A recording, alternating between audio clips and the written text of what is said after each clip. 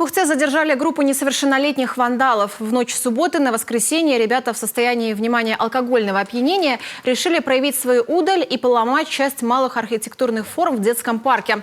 Однако попали на камеры видеонаблюдения и по записям очень быстро были опознаны.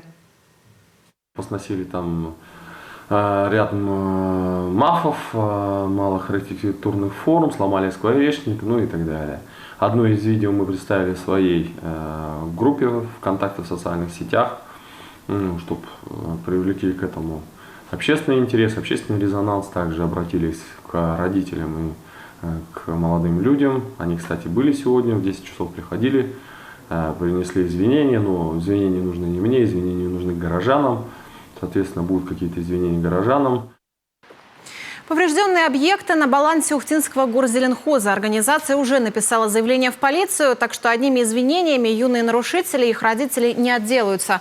Напомним, это не первый случай вандализма на территории недавно обновленного Центра творчества имени Корчевского и прилегающего к нему детского парка. Полиция контролирует территорию объекта, увы, не круглосуточно, однако камеры видеонаблюдения стоят везде, и все случаи вандализма благодаря записям успешно раскрыты.